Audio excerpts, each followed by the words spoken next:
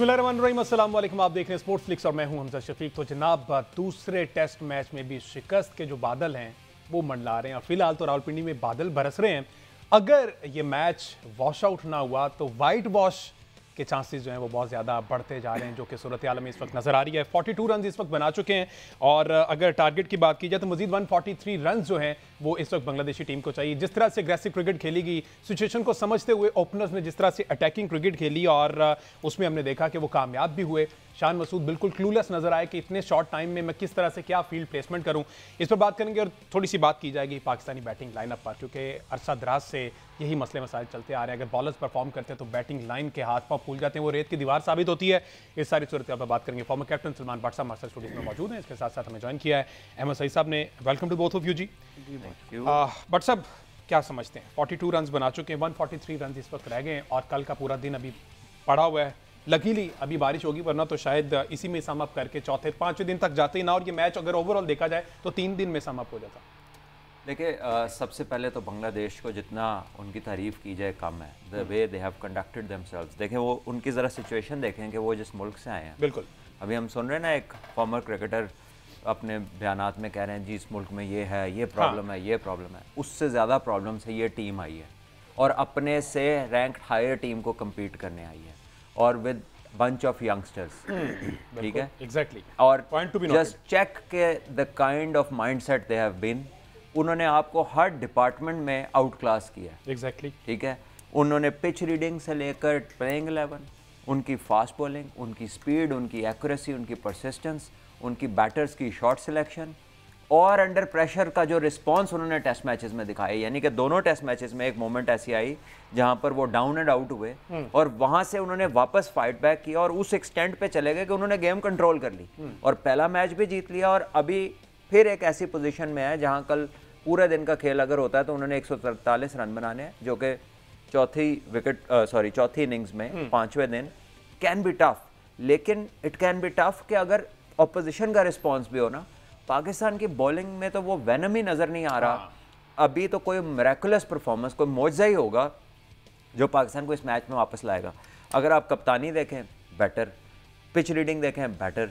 Playing 11 का combination का selection देखें, बेटर। वो स्पिनर्स उनके आउट कर रहे हैं, हमारे स्पिनर को विकेट नहीं मिल रही। या आप यूँ कह लीजिए कि उनके बैट्समैन स्पिनर्स को अच्छा खेल रहे हैं, हमारे बैट्समैन से स्पिनर की समझ नहीं आ रही। फास्ट बॉलिंग में पहली बार हमने अपनी ज़िंदगियों में देखा है कि बांग्लादेश की फास्ट बॉलिंग वो काम कर रही है जो पाकिस्तान करती थी और पाकिस्तान की बैटिंग वो बैटिंग कर रही है जो बांग्लादेश की बैटिंग किया करती थी। बल्कि शायद हम उससे थोड़ा एक पार बिलो चले गए हैं, क्योंकि हमें ऐसा लगता है कि we are not comfortable against pace. और ये कहानी बिल्कुल रिवर्स होती थी। बिल्कुल, ये अजीब ही काम शुरू हो गया। और एक इन सारे सिनारियों के अंदर लीडरशिप में कुछ ऐसे टैक्टिक्स होते हैं, स्ट्रेटजीज होती हैं जहाँ से आपको थोड़ा सा कह लें कि रेजिलियंस मिलती है। आप थोड़ा सा खड़े होते हैं। अब मैच में आप कह लें फील्ड प्लेसिंग से लेके टैक्टिकली गेम को कहाँ टेम्पो कैसा रखना है, तेज़ करना है, स्लो करना है, पेशेंस का भी फुकदान है स्ट्रेटजी मेकिंग में भी और बैटिंग में भी। यानी कि अगर आप बैटिंग देखें, पहली इनिंग में शॉट देखें साइम अयूब का, दूसरी इनिंग का शॉट देखें साइम अयूब का, यानी वो मिड ऑफ के ऊपर से मारने जा रहे हैं। पहले भी वो निकल के बड़ा हिट मारते हुए आउट हुए। शान मसूद हैं, वो सीरीज़ में कोई 3 दफ़ा जो है वो ऑफ स्टंप के बाहर चलाते हुए स्लैश करते हुए आउट हो गए हैं। बाबर आजम है, ऑफ स्टंप का आइडिया नहीं हो रहा। ठीक है, बॉल अच्छा था लेकिन बॉल छोड़ा जा सकता था।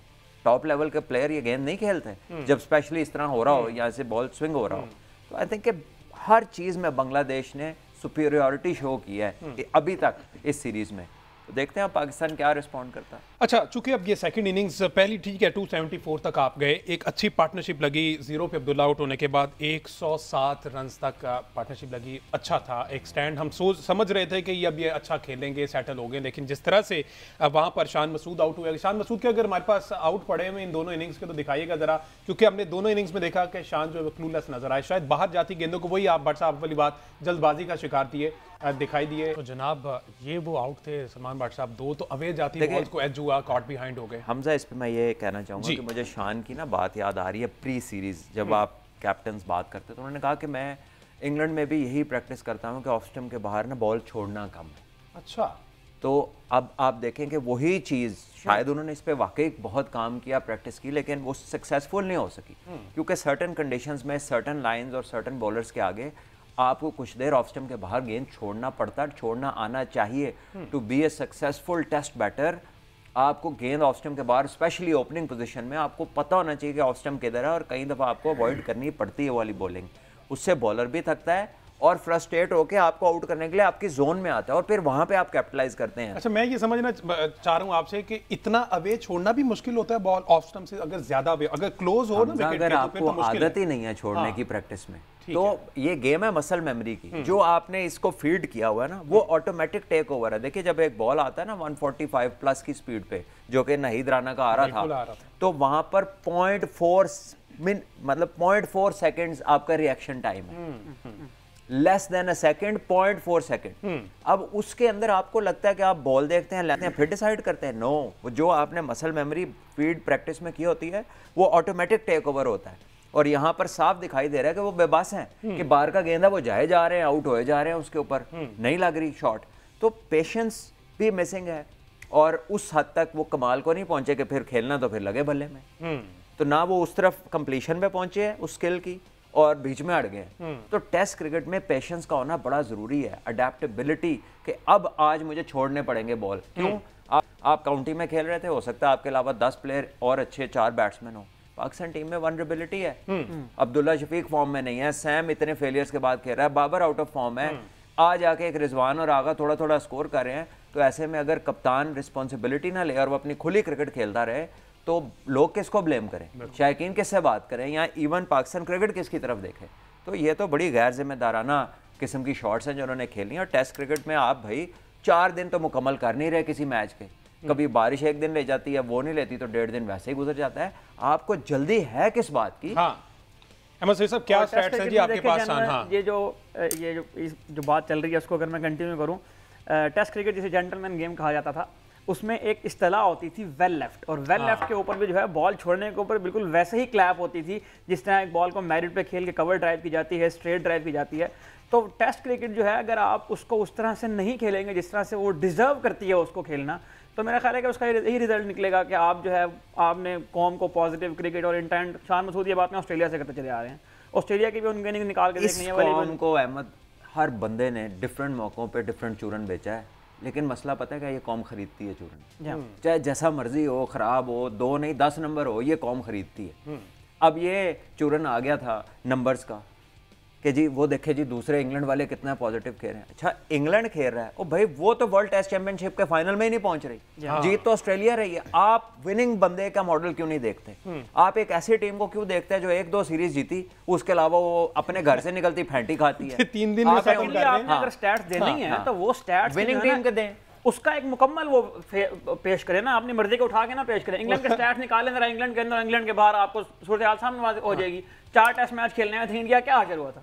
बिल्कुल, ऑस्ट्रेलिया गए हैं, टोटल 14 दिन का खेल हुआ है, 5-0 एशेज 14 दिन में, यानी 5 टेस्ट का खेल 30 दिन का होना था। 30 दिन का होना था, 16 दिन का खेल तो हुआ ही नहीं 14 दिन में। ये इंग्लैंड की, लेकिन at the end result oriented cricket तो खेलना है, जिस पे सिर्फ पाकिस्तानी हम शुरू हो रहे हैं, हम भी अब एवरेज 3 अगर रिजल्ट ओरिएंटेड में हारना इज इक्वली एक्सेप्टेड, देन तो बस फिर ये जो जा रहे हैं ठीक जा रहे हैं। अच्छा, बट सब हमें टॉप ऑर्डर ने भी बड़ा मायूस किया। अब्दुल्ला शफीक पर चले, ठीक है, उसकी जो भी सूरत हाल है, लेकिन साइम अयूब, जल्दबाजी की अगर आपने बात की ना, शान मसूद जल्दबाजी में, तो साइम अयूब भी हमें ऐसा ही दिखने में मिल रहा है। पहली इनिंग में ठीक है 58 रन की वहां पर चाहिए थी, लेकिन दूसरी इनिंग्स में जिस तरह का शॉट खेलते हुए साइम आउट हुए हैं। साइम के आउट देखते हैं जी।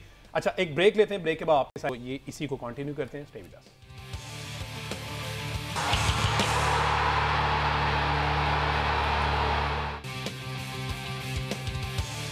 वेलकम बैक जी। बात हो रही पाकिस्तान वर्सेस बांग्लादेश, दूसरा टेस्ट मैच, जिसमें भी पाकिस्तान के सर पर शिकस्त के बादल मंडरा रहे हैं और ये सीरीज जो है वो वाइट वॉश होने के करीब है। लेकिन सिर्फ 143 रन चाहिए, कल का पूरा दिन बांग्लादेश के पास मौजूद है। अगर बारिश का सिलसिला ना रुका तो शायद बांग्लादेशी बैटर जिस तरह से क्रिकेट खेल रहे हैं, समझ कर टेक्निक के साथ, वो हो सकता है पॉसिबल, माइट भी पॉसिबल कि वो ये मैच आज जीत जाएगी। ठीक है, बहरहाल सलमान भट्ट साहब बैटिंग लाइनअप की बात कर रहे थे। साइम अयूब की विकेट जरा दिखाएं जी, फिर उस पर कंटिन्यू करते हैं डिस्कशन। जनाब, ये साइम अयूब की विकेट्स है। पहला 58 पर बड़े सेट से बैटर थे, लेकिन जिस तरह से क्रीज के बाहर निकले और बड़ा हिट खेलने गए हैं, वहाँ पर एक्सपोज हो गए कि नहीं, उन्होंने कहा भी नहीं, रुके ज़रा। उसके बाद 20 पर जिस तरह से आउट हुए, क्या कहेंगे? मैंने क्या कहना है, अभी आपने कहा शॉट तो बहुत प्यारा था। तो यही हालात हैं इस वक्त। असल में आपने बड़ी खूबसूरत बात की हमजा, अननोइंगली, ठीक है, यही कैफियत है इस वक्त कौम की कि उन्होंने लगता है बहुत प्यारा सी, अचानक पता लगता है कैच हो गया। This is where we stand in terms of the understanding of the sport, unfortunately. और ये कौम का कसूर नहीं है, ये उसके ऊपर जो चंद नाअहल लोग हैं ना, उन्होंने यही समझाया कि इनको इतना ही पता रहे ताकि हम अपनी उल्टबाजियाँ, अपना चूरन बेचते रहें, अपनी उल्टबाजियाँ मारते रहें, इधर से उधर निकलते रहें। और चारों तरफ, चाहे वो PSL हो, चाहे पाकिस्तान का डोमेस्टिक स्ट्रक्चर हो, चाहे आपकी इंटरनल प्लानिंग हो, आपकी इंटरनेशनल प्लानिंग हो, इस किस्म की गिमिकरी के ऊपर लोगों को माइंडसेट को शिफ्ट किया गया और उसके बाद बेड़ा गर्क किया गया। ये भी हम थोड़ी देर पहले डिस्कस कर रहे थे कि पूल्स कितने के हो जी। अब आपको पहले आपने क्योंकि बैटिंग की बात की, पाकिस्तान का मसला ये है कि पेशेंस डेवलप ही नहीं हो सकती T20 के मैच में। छोटी क्रिकेट में पेशेंस डेवलप नहीं होती, लीग क्रिकेट में उसमें तो आप जल्दी में हैं और उसमें मैटर नहीं करता, आप सामने मारे, एज लग के पीछे चक्का हो तो कहते हैं इंटेंट बड़ा अच्छा, देखो टीम के लिए खेल रहा है। टेस्ट क्रिकेट में ये चीज़ें बिल्कुल ऑपोजिट है, पेशेंस दिखानी है, आपने मुश्किल वक्त निकालना है। टेस्ट क्रिकेट ना जिंदगी से रिलेट करती है, इसमें क्विक चीज़ कोई नहीं है। आपको पेशेंस के साथ, बच्चे ने जवान होना है, उसने स्कूल जाना है, कॉलेज जाना है, अच्छे बुरे हालात देखने हैं, लाइफ में सेट होना है और मुश्किल वक्त पेशेंस के साथ गुजारना है। ये बिल्कुल लाइफ की तरह चलती है, that is why it is called test cricket. अगर आप इसको हाईलाइट्स की तरह खेलने की कोशिश करेंगे, जो साइम करता है अक्सर, तो उसमें कामयाबी ऐसे तो नहीं मिलेगी, बिल्कुल ठीक है। और या तो आप इंग्लैंड बन जाएं, ठीक है, वो एक सर्टन पैरामीटर के अंदर वो बहुत अच्छा खेलते हैं, उससे बाहर निकलते हैं तो उन्होंने समझ नहीं लगती कि हॉकी रहा है। इंडिया जाएं, कोई उनको आइडिया नहीं होता, वो जाएंगे ऑस्ट्रेलिया, उधर भी 5-0 हो जाएगा। जहाँ जहाँ जाते जाएंगे, श्रीलंका उनके लिए बहुत बड़ा चैलेंज है, जाके फंस जाएंगे। अगर आई एम श्योर वो बांग्लादेश आएंगे, इधर भी वो फंस जाएंगे जब वो स्पिनिंग ट्रैक्स बनाएंगे।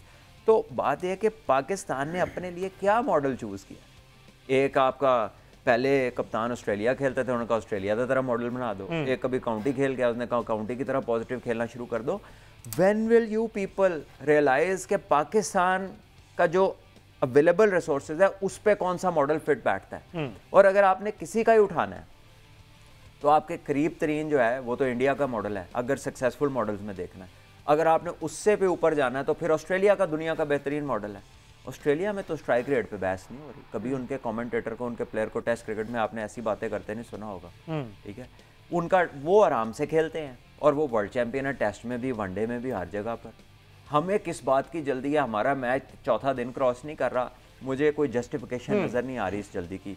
हमारे कप्तान भी स्ट्राइक रेट का जिक्र करते हैं लेकिन ये नहीं बता रहे वो कि यार मैं 24-25 करके आउट हो रहा हूँ, ये तो सीरियस लैक ऑफ कंसंट्रेशन है। बिकॉज या तो आप आते ही आउट हो जाए तो जी अच्छा गेंद हो गया, अर्ली बैट्समैन थोड़ा वनरेबल होता है, कोई भी हो थोड़ा सा लो कॉन्फिडेंस होता है जब तक 2-4 शॉट ना सही लग जाए। आप सेट होके आउट हो रहे हैं, दिस मीन्स कि एक तो पेशेंस नहीं है और दूसरा लैक ऑफ कंसंट्रेशन है क्योंकि आदत ही नहीं है। बिल्कुल। तो ये चीज़ें जो पाकिस्तान को हर्ट कर रही हैं, बी बाबर, बी इट शान, साइम, अब्दुल्ला शफीक देखें जिसको आप टेक्निकली करेक्ट कहते हैं, वो दोनों तीनों बारियों में बॉडी से इतना अवे खेल रहा है। एक तो वो वैसे ही जब बैकफुट पे खेल रहा होता है तो उसका बैट एंगल्ड होता है, ये जब वो पाकिस्तान के लिए खेलने आया था तब से ये उसका इशू है। लेकिन फिर वो बॉडी के जब नज़दीक खेलता है, बार वाला छोड़ता है तो कॉम्पैक्ट लगता है। लेकिन इन बारियों में उसने दूर वाले बॉलों को मारने गया है और टांग गई नहीं ऊपर, खाली बैट और हाथ गए हैं। तो ये प्रॉब्लम्स हैं, टेक्निकल इशूज़ हैं, मेंटल इशूज़ हैं और आपकी कंसंट्रेशन को लेकर। इसमें अगर मैं हमजा कुछ आप साइम अयूब के हवाले से अगर बात हो रही है, देखिए सबसे पहले साइम अयूब को ये समझना होगा कि जो 50-55 करने के बाद आउट होना है ना, ये मेरा ख्याल है कि बड़ा जुर्म है इससे कि आप आएँ और पिच चूँकि मुश्किल है, बॉल पुराना है, बॉल नया उसके ऊपर जा रहा होता है, तो वहाँ पे आउट होने के जो इम्कान हैं वो ज़्यादा हैं। लेकिन ये उससे बड़ा जुर्म है कि आप 50-55 पे आएँ और फिर आप उस इनिंग को प्रोलॉन्ग करके 100 की तरफ लेकर ना जाएँ। आप एक ऑर्डिनरी प्लेयर रहेंगे अगर आप इस तरह 35-40-55 पे आउट होते रहेंगे और आप 100 की तरफ नहीं जाएंगे। दूसरी बात यह, भट्ट साहब ने जिस तरह अभी ऑस्ट्रेलिया के मॉडल की बात की है और फर्स्ट क्लास क्रिकेट पे ऊपर भी बहुत ज़्यादा एम्फेसाइज करते हैं। 147 साल की हिस्ट्री है मॉडर्न टेस्ट क्रिकेट की ऑस्ट्रेलिया की। और हमने जब डेविड वार्नर के ऊपर बात की तो हमने ये बात की थी कि डेविड वार्नर जो है वो 147 साल की हिस्ट्री में वाहिद खिलाड़ी है डेविड वार्नर जिसको फर्स्ट क्लास खिलाए बगैर वो अपनी टीम में ले आए थे। लेकिन जब उसको भी उन्हें टेस्ट में लेकर आए थे तो उसको भी उन्हें 4-5 साल तक फर्स्ट क्लास क्रिकेट खिलाई थी। तो आपने अगर मॉडल भी कॉपी करने हैं, किसी भी कंट्री का मॉडल अगर कॉपी करना है आपने, तो उसको पूरा कॉपी करें। ये ना करें कि अपनी मर्जी की चीज़ें उठा के 4 चीज़ें इंस्टाग्राम पे लगाएं, 4 चीज़ें फेसबुक पे लगाएं और आपका जो है वो एक मलगूबा सा तैयार हो गया, आपको भी नहीं पता क्या हुआ है। सिर्फ ये है कि आपके जो है ना वो जो सोशल मीडिया कुछ प्लेटफॉर्म्स हैं वो उसे चलना शुरू हो गए हैं और आपकी जो क्रिकेट है उसका ओवरऑल मिजाज जो है दो दुनिया के सक्सेसफुल तरीन मॉडल जो है क्रिकेट के, Australia number 1, India number 2। India में जब से क्रिकेट हो रही है स्कूल क्रिकेट 3 दिन की, ठीक है। ऑस्ट्रेलिया ने 90 ओवर्स का एक दिन एक इनिंग और 90 ओवर्स की अगले दिन दूसरी इनिंग। ऑस्ट्रेलिया की स्कूल क्रिकेट 2 दिन की।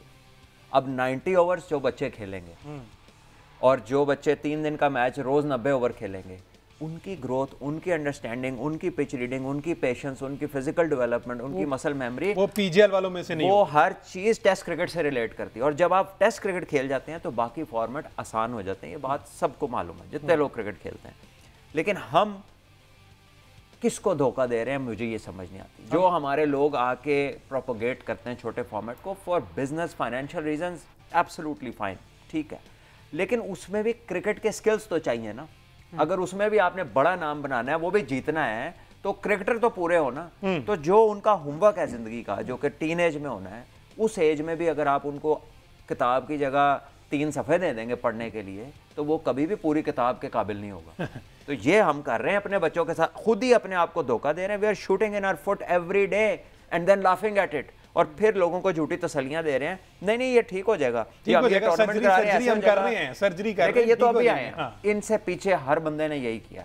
हर बंदा आके ना ऊपर कॉस्मेटिक काम करने की, वो कोच बदल दिया, मैनेजर बदल दिया, अपने जानने वाले को सिलेक्टर लगा दिया, किसी को एडवाइजर लगा लिया, हर बंदा ये कर रहा है। और वो जो आता है वो भी इधर ही एम्फेसिस करता है, क्योंकि इधर एक आपको हैंडसम अमाउंट मिल जाती है। सबको पता होता है कि पता नहीं कितनी देर रहना है। कोई अपना काम छोड़ के डेडिकेटेड काम करने को तैयार नहीं है। काम रिक्वायर्ड यहाँ नहीं है। यहाँ 25% काम रिक्वायर्ड है, 80-90% काम नीचे रिक्वायर्ड है, जहाँ पे कोई ना तवज्जो है ना कोई जाने को तैयार है। और वहाँ पर जो कोच हैं उन्हें तो बेहतर है कि ना ही हो। बिल्कुल। अच्छा, स्किल्स की बात की और अच्छा, मैं अगर 2 मिनट हमारे पास हैं तो मैं जो इससे पहले वाले भट्ट साहब ने बात की, जो इससे पहले वाले थे, उन्होंने कल एक निजी टीवी को जो है वो इंटरव्यू दिया है, ज़का अशरफ साहब। हाँ बिल्कुल, मैं लिंक करना चाह रहा था। उन्होंने ये कहा है जी कि मोहम्मद हफीज़ साहब जो है ना मेरे रिश्तेदार नहीं थे। आप लोग ये कहते हैं कि हम रिश्तेदारियों की बुनियाद पे, मोहम्मद हफीज़ साहब जो है ना उनको तो अंग्रेज़ भी क्रिकेट का प्रोफेसर कहते हैं। तो इसलिए हमने जो है मोहम्मद हफीज़ साहब को लगाया था। और मोहम्मद हफीज़ को हमने ये ड्यूटी नहीं दी थी कि वो टीम की कोचिंग करें, उनका काम सिर्फ टीम को मैनेज करना था।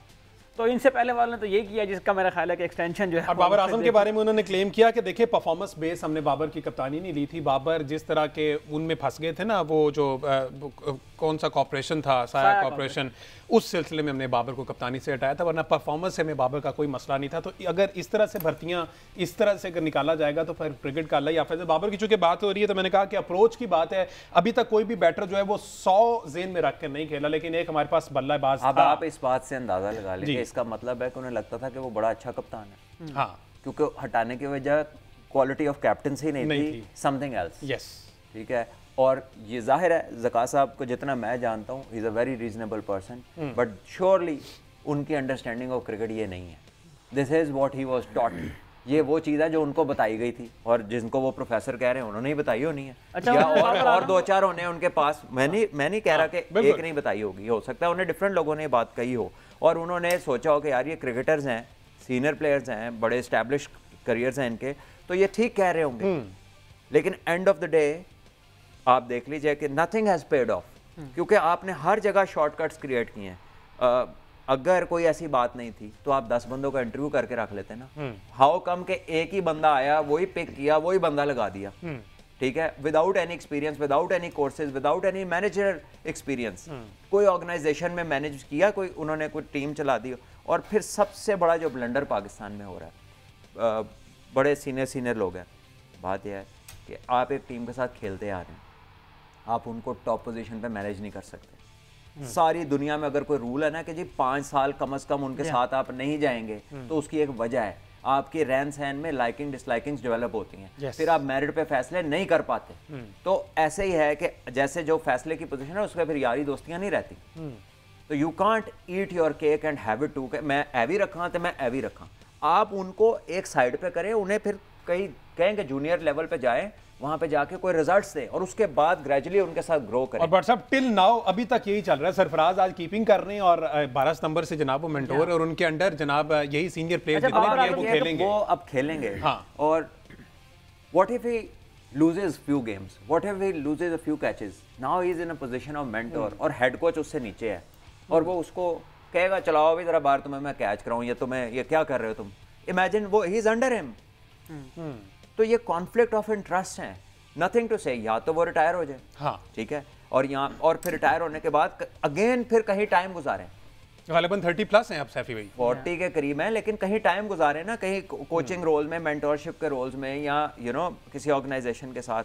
अगेन वो होगा इधर फ्लाइट से उतरे इधर दूसरी फ्लाइट में चढ़ गए, ठीक है, सिर्फ आपकी शर्ट और डेजिग्नेशन चेंज होना है।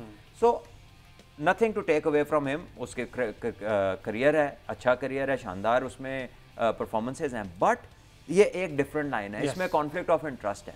लेकिन हमारे वाले ऐसा लगता है कुछ नहीं सोचते, किसी चीज़ पे कोई घंटा नहीं लगाते बैठ के और बस फैसले करते हैं। And I don't know how things will work. अच्छा, मैं कॉन्फ्लिक्ट ऑफ इंटरेस्ट से याद आया कि इंजमामुल हक के बारे में कल उन्होंने ये बताया कि इंजमामुल हक को मैं एज कैरेक्टर बहुत लाइक करता था, लेकिन मुझे अंदाज़ा नहीं था कि वो किसी किस्म के इस कॉर्पोरेशन के साथ अटैच हैं और उनका इस किस्म का मामला है जो कॉन्फ्लिक्ट ऑफ इंटरेस्ट का मामला निकला था। लेकिन सवाल ये है कि उसके ऊपर जो कमेटी बनी थी उसकी फिर फाइंडिंग कहाँ गई, वो फाइंडिंग अभी तक क्यों नहीं आई?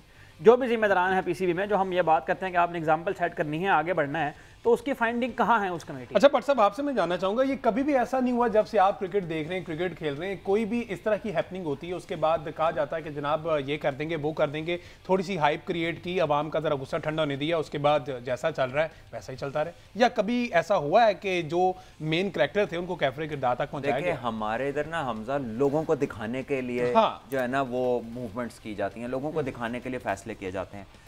इंग्लैंड इंडिया से 10 विकेटों से हारा ऑस्ट्रेलिया वाले वर्ल्ड कप में, बिल्कुल ठीक है, but in the and England जीता, इंडिया हारा उनसे। इंडिया हारा तो क्या इंडिया ने अपनी टीम सारी अपसाइड डाउन कर दी?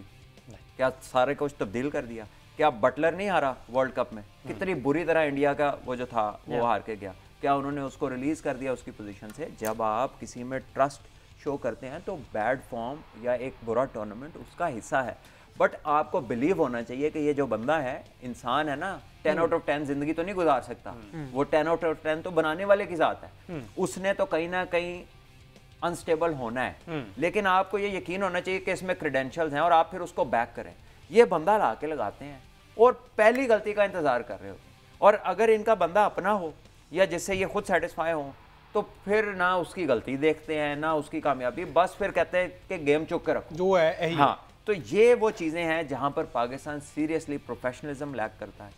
डिसीजन मेकिंग हमारी वैसी है नहीं, ना उस पर कोई मेरिट का फ्रॉम द डे वन ये बढ़ता जा रहा है। डे वन में होगा, लाइकिंग डिसलाइकिंग हमेशा होती है इंसानों में, 10-15% होगी, फिर कम होती गई। अब तो ऐसा लगता है कि इसके बगैर गुजारा नहीं है, no matter how good you are, लेकिन अगर आपकी बैकिंग नहीं है ना तो फिर मुश्किल है आपके। लेकिन मुझे तो ऐसा लगा जैसे नकवी साहब जो हैं वो मेरिट पर फैसले करते हैं, वहाँ व्यास खासे करीब थे उनके, लेकिन उन्होंने देखा कि परफॉर्मेंस नहीं दी तो उन्होंने साइड पे करवा दिया उन्हें।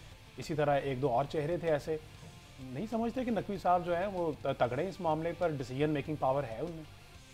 मुझे ये नहीं समझ आई कि ठीक है आप बात ठीक कर रहे हैं, उन्होंने वहाब को साइड पे कर दिया, रजाक भाई को साइड पे कर दिया, लेकिन सिलेक्शन कमेटी तो 6 लोगों की थी और उसमें कोई चीफ सेलेक्टर तो था नहीं। तो अगर 4 का वोट डिफरेंट था तो वो वहाब को ओवरटेक कैसे कर गया? वहाब और रजाक के वोट को ओवरटेक तो 2-4 को कैसे कर सकते? 4-2 को करते ना, तो ये 2 बाहर हो गए, वो 4 उधर ही रहे, ठीक है। तो मुझे ये कोई डिसीजन की समझ नहीं आई है। अगेन वंस अगेन वहाब को साइड पे किया या किसी को किया, the main crux of the team remains the same. क्या वहाब एंटायरिटी में सारे डिसीजन ले रहे थे? जब वो आएंगे दुनिया के सामने किसी कैमरे पे बैठेंगे, जब उनसे सवाल और वो बताएंगे। एक ब्रेक लेते हैं, ब्रेक वापस आएंगे, डिस्कशन कंटिन्यू करेंगे। स्टे विद अस।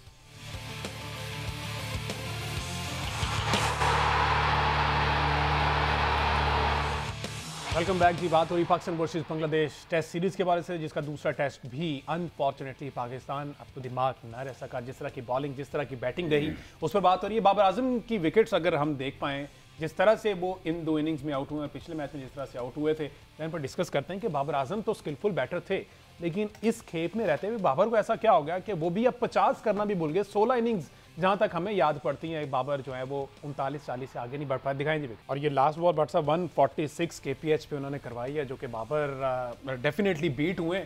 और जिस तरह से पहले टैग था कि बाबर स्पिनर को नहीं खेल पाते, वो शकीब ने थोड़ा सा डिस्टर्ब किया, लेकिन एंड वाला आउट तो क्या कमाल बीट किया। एक इन पर्टिकुलर अगर हम बाबर को डिस्कस करें ना, उसकी mode of dismissal over a period of time, Sri Lanka चले जाएं, आगे चले जाएं, लेफ्ट आर्म स्पिनर्स के अगेंस्ट या जिन स्पिनर्स का बॉल डार्ट इन होता है उधर बाबर स्ट्रगल करते हैं। और बाबर के स्ट्रगल करने की टेक्निकल रीज़न ये है कि बहुत सारे जो दुनिया के टॉप प्लेयर्स हैं, इसी मैच की एग्जांपल लें कि जब पाकिस्तान के स्पिनर्स बॉलिंग कर रहे थे तो लिटन दास बिल्कुल पीछे जाके क्रीज में खेलते थे और अपनी फ्रंट लेग जो है वो ओपन करके साइड पे ले जाते थे। बाबर क्या करता है कि फ्रंट लेग बीच में रखता है, उसके अराउंड खेलता है, और जब भी बॉल एकदम सीधा अंदर डार्ट इन होगा, अगर आप अराउंड खेलेंगे it's only a matter of time, वो गुजरना ही गुजरना है। तो जो टॉप प्लेयर्स हैं अगेंस्ट स्पिन, चाहे आप स्मिथ को देखें, चाहे आप जो रूट को देखें, चाहे आप रोहित शर्मा को, किसी प्लेयर को देखें, श्रीलंकन को देख लें, फ्रंट लेग को वो साइड पे करते हैं और बैक फुट पे बिल्कुल। लिटन दास ने कल कई सैकड़ों गेंद उसने फ्रंट लेग जो है ना वो अपनी साइड पे करके सिर्फ बैक फुट पे खेले, और वो बॉलर सिर्फ अपने बालों में हाथ रखता रहता कि अभी गुजरा, गेंद नहीं गुजरा। अच्छा, सलमान भट्ट साहब, आपके पास भी तो आया था ना ये अकेडमी में, कोई टिप वगैरह ही दे देते वहाँ पर? मेरे पास तो वो अपनी मैच प्रैक्टिस करने आए थे, वो हमसे कोचिंग लेने तो नहीं आए थे। नहीं, कहा तो जा सकता था कि देखें ना आप यहाँ पर लैग कर रहे हैं और मुसलसल लैग कर रहे हैं यहाँ पर। ये जो मशवरे हैं ये बड़ी कीमती होते हैं, मेरे ख्याल तब देने चाहिए कि जब कोई मांगे आपसे, ठीक है। ये जो आप अगर मुफ्त का आप एक लेक्चरिंग करने लग गए ना तो people find it annoying, specially जो हमारा एनवायरनमेंट है ना, तो ऐसे जगह पर जहाँ पर कानों में पहले ही बहुत नॉन क्रिकेटर्स ने इम्प्रेस किया होता है बंदे को, तो वहाँ पे बंदे को तब तक नहीं छेड़ना चाहिए जब तक वो खुद ना। अच्छा, ऐसी सूरत हाल में अगर भट्ट साहब आप अपने करियर में रहे हो तो आप किसके पास जाते थे उस टाइम? सोचते थे कि ये मैं इस चीज़ में स्ट्रगल कर रहा हूँ, मुझे कोई वे आउट बताएं इसका, मैं इसको किस तरह से ओवरकम कर सकता हूँ? देखिए, इसमें बिल्कुल मैं अपने स्कूल के कोच को फ़ोन किया करता था। मैं अपने नेशनल बैंक के हमारे होते थे, स्कूल से मजीद साहब होते थे, फिर नेशनल बैंक में तस्लीम आरिफ साहब होते थे, आमिर सुहेल साहब से बात कर लेनी फ़ोन पे, कभी सईद भाई से मुलाकात हो जानी थी। 4-5 लोग थे बैटिंग के मुतालिक मैं जिनसे बातचीत किया करता था टेक्निकल डिटेल्स में, तो मैं समझता था कि मुझे यहाँ से राइट एडवाइस मिल रही है। फिर हमारी टीम के अंदर भी बड़े ऐसे एक्सपर्ट्स थे, रोल मॉडल थे, जिनको मैं देख लेता था कि इंजी भाई क्या खेल रहे हैं, स्पिनर को क्या प्रैक्टिस कर रहे हैं, यूसुफ भाई क्या कर रहे हैं, यूनुस भाई बहुत। अब हमारे पास कोई नहीं रह गया ऐसा? वो है तो मुझे भी बता दें, मैं भी ढूंढ रहा हूँ कि कोई बंदा ऐसा मिल जाए जिस पे मुझे भी यकीन हो कि 4 घंटे बैटिंग कर लेगा।